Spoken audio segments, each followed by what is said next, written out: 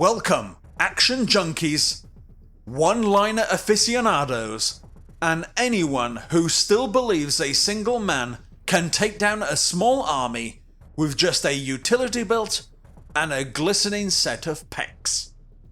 This is the show where we deep dive into the films that defined our childhood, or at least gave us an unrealistic expectation of what a retired Special Forces operative's life should look like. Tonight, we're strapping in for the 1985 cinematic masterpiece that is Commando. Now, masterpiece might be a strong word, unless your canvas is painted with endless muzzle flashes, questionable fashion choices, and the sweet, sweet sound of bone-dry sarcasm. I lied. This isn't just a movie, it's a genre unto itself. It's the moment the 80s action film stopped trying to be gritty and just decided to be live action cartoon. This is pure, uncut Schwarzenegger action.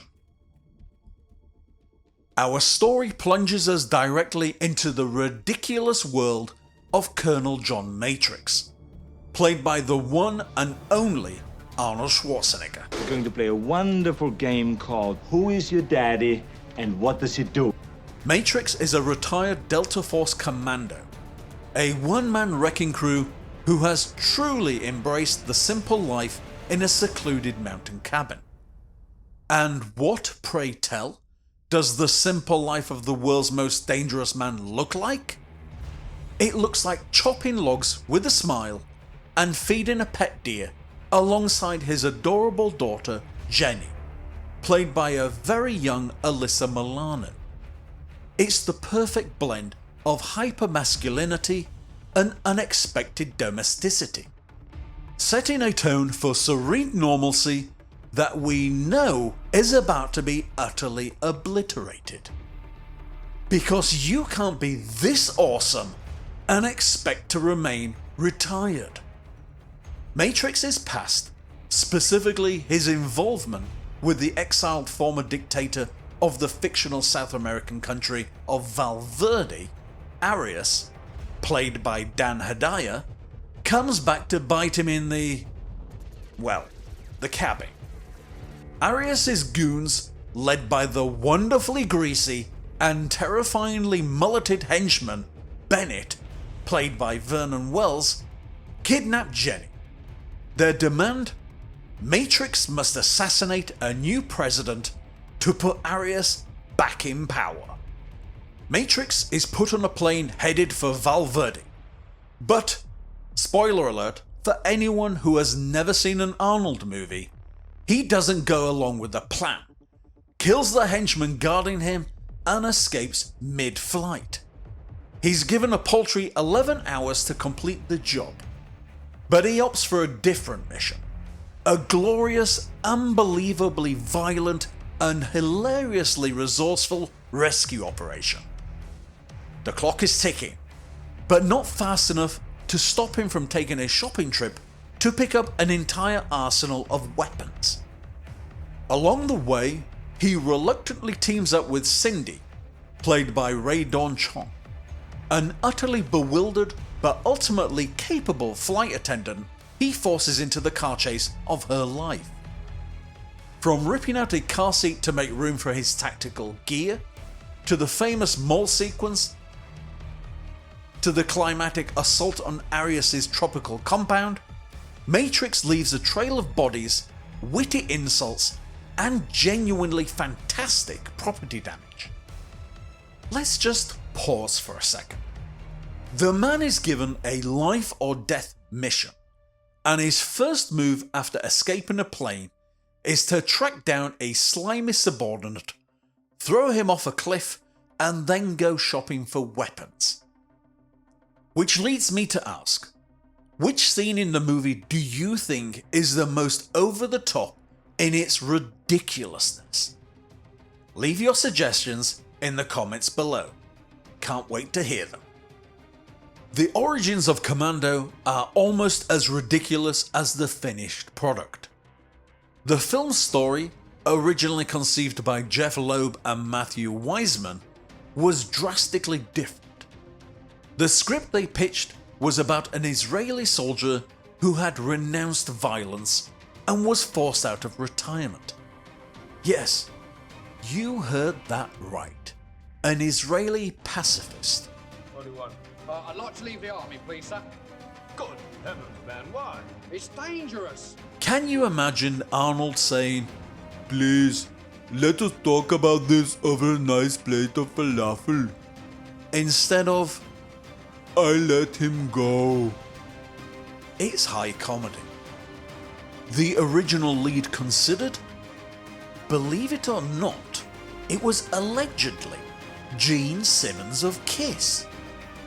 But once 20th Century Fox and the legendary producer Joel Silver got involved, and with the incredible box office success of The Terminator fresh in everyone's mind, the script was completely retooled to fit the behemoth that is Arnold Schwarzenegger.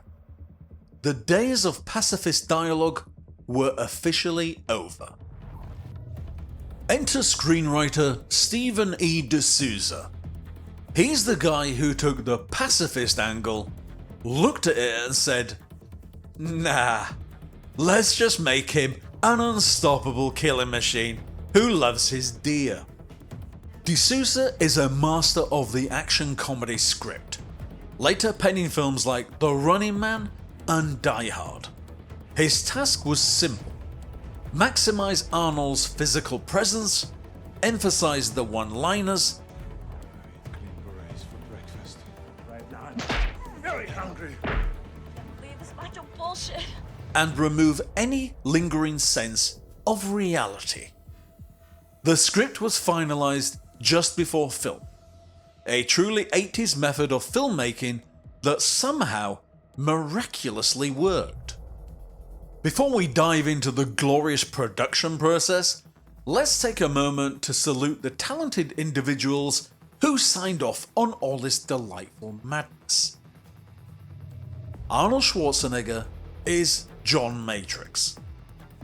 Born in Austria in 1947, Schwarzenegger is a 7-time Mr. Olympia winner who successfully transitioned from bodybuilding legend to one of Hollywood's highest paid actors, and later the Governor of California.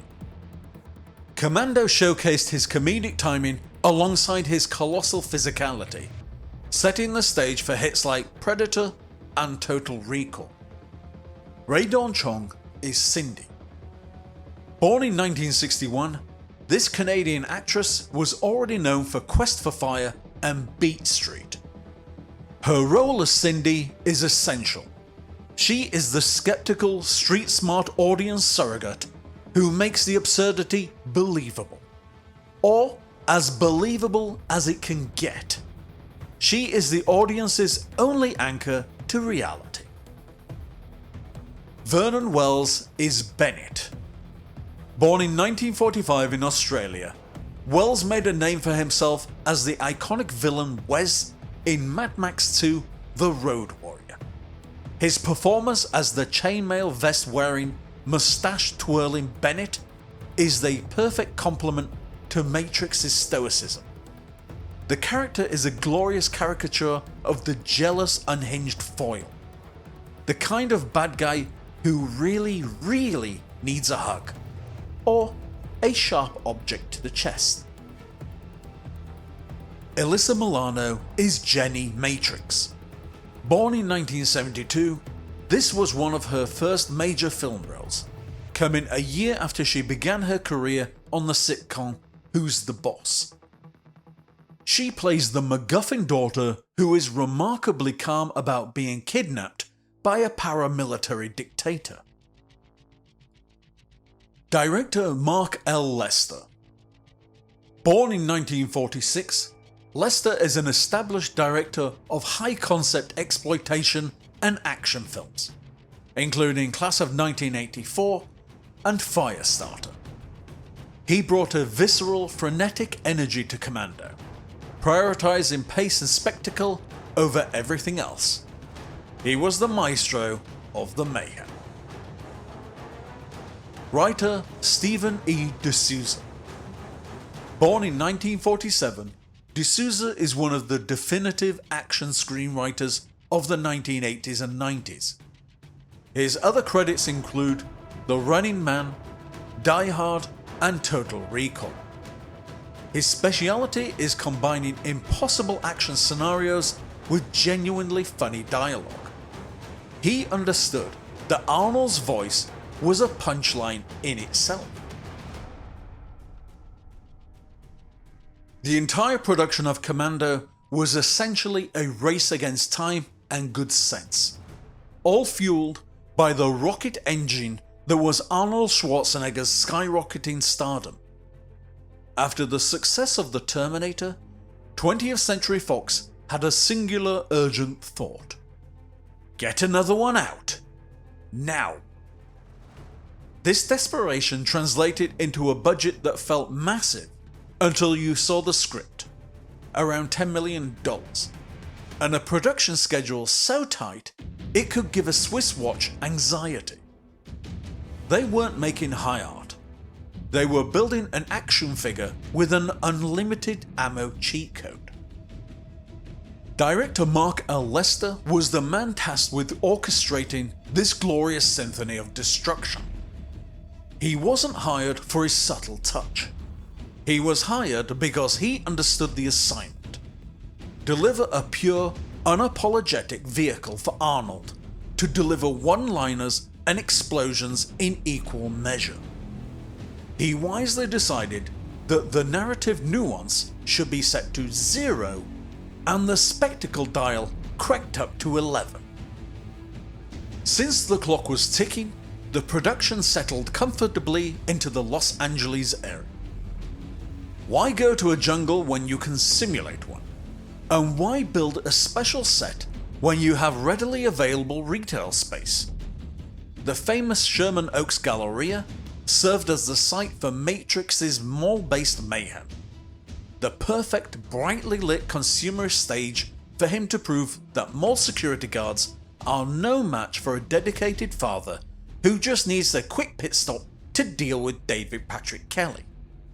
But when it was time for the true shopping spree, the production moved to Sun Valley, where the fictional surplus city provided the ridiculous backdrop for Matrix to assemble an entire army's worth of hardware. It's truly an iconic bit of filmmaking, presenting a world where a retired Special Forces soldier can acquire a ludicrous amount of weaponry from a single store, presumably bypassing the cashier with a charming glare and a promise to send the bill to Benny. Lester and the team ran a fast-paced operation, heavily reliant on practical effects, mostly because CGI hadn't yet learned how to explode things with this kind of satisfying dedication. Every vehicle flipped, every shack disintegrated, and every one of those glorious brightly coloured paint gun squibs erupting on nameless henchmen was achieved the old-fashioned way, with fire, debris, and a whole lot of reckless enthusiasm. The result is a film that doesn't just embrace action movie tropes, it grabs them, rips out their spine, and screams, Let off some steam, Bennett. at their twitching bodies. It's glorious. Commando hit theatres on October 4th, 1985, and was an immediate unqualified commercial smash. Against its approximately $10 million budget, the film hauled in over $57 million worldwide. This financial success solidified Arnold's place as the reigning king of the action blockbuster, and a bankable star whose name alone could sell tickets. It proved that audiences were ready for non-stop, slightly ridiculous entertainment. The film's legacy, however, transcends its box office take. Commando is a crucial piece of 80s cinema culture. It codified the formula that would dominate the decade. An invincible hero, non-stop violence treated as comedic spectacle, cartoonish villains, and relentless quotability. It's not a subtle movie, it's an experience. It's required viewing for anyone studying the evolution of the R-rated action movie. If you are looking for the best 80s action movie, Commando is always in the conversation. Here's a fun fact and a little bit of trivia for you. The script that was originally intended to be Commando 2, a project Arnold ultimately turned down, No chance. was retooled by Stephen E. D'Souza. That script became the foundation for Die Hard. So in a strange, beautiful twist of fate, Commando is the godfather of the Die Hard franchise. You're welcome, Bruce Willis.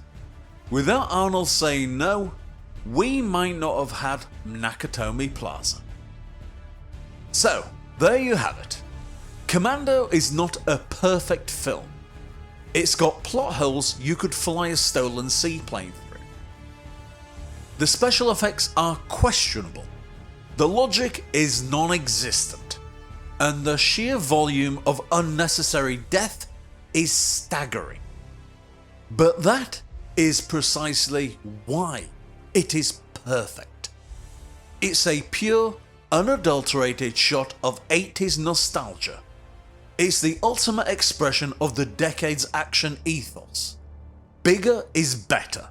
Subtlety is for chumps, and the hero always has one more one-liner in the chamber.